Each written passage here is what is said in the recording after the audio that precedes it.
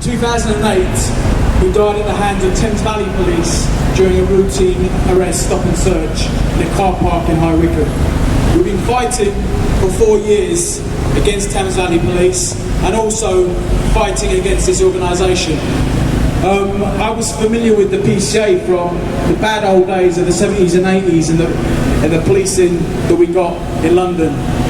The IPCC I came across in 2005, 2006, but it was only from 2008 and supporting the family that we realised the nature of this beast.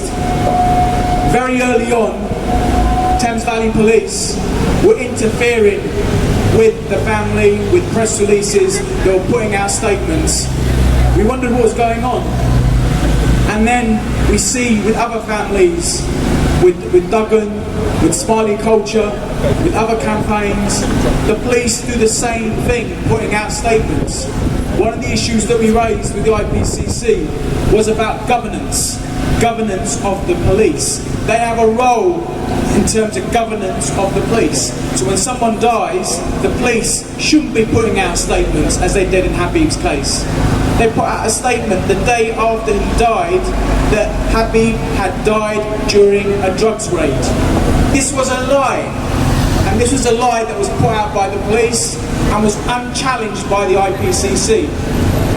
The other thing that we found, and this is common to other families and campaigns, is that we had to do a lot of the investigating.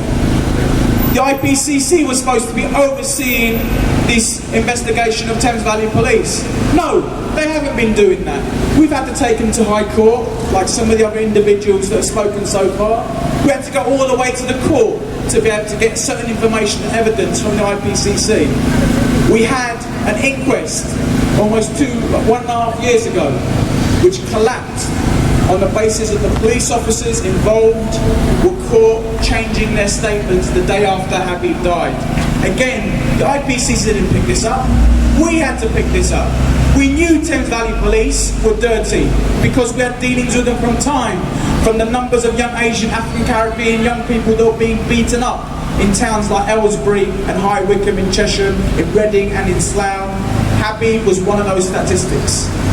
Since 2008, there have been 3 deaths of Asian and African Caribbean people in the Thames Valley area. The most recent death is the death of an old African Caribbean pensioner in a hospital in Slough, Wrexham Park Hospital. Some of you may have heard about this case.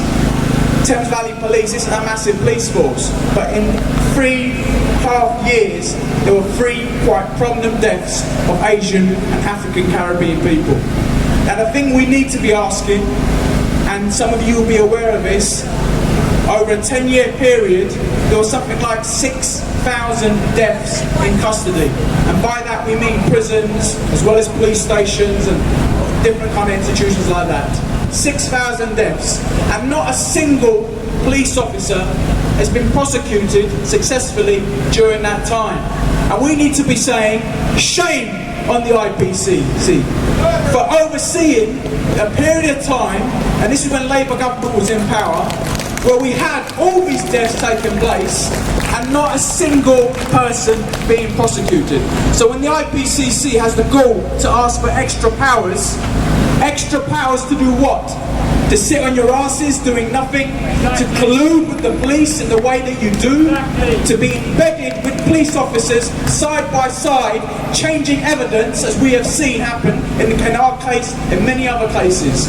So I stand with you, with the other families and the campaigns, proudly asking for the abolition of this institution.